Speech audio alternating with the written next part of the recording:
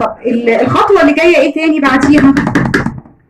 هحط الصينيه دي على البوتاجاز من فوق، يا دوبك تغلي مع بعض كام غلوه كده، يعني مثلا الفراخ هتخش في ربع سوا، ربع سوا بالظبط. وهقول لك هنعمل ايه بالظبط.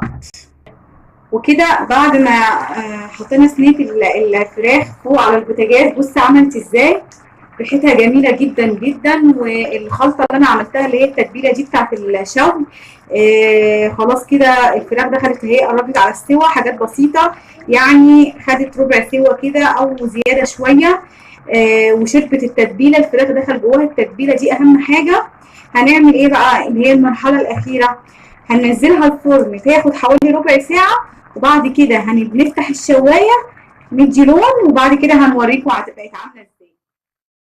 دلوقتي احنا طلعنا صينيه الفراخ من الفرن، وزي ما قلنا لكم اديناها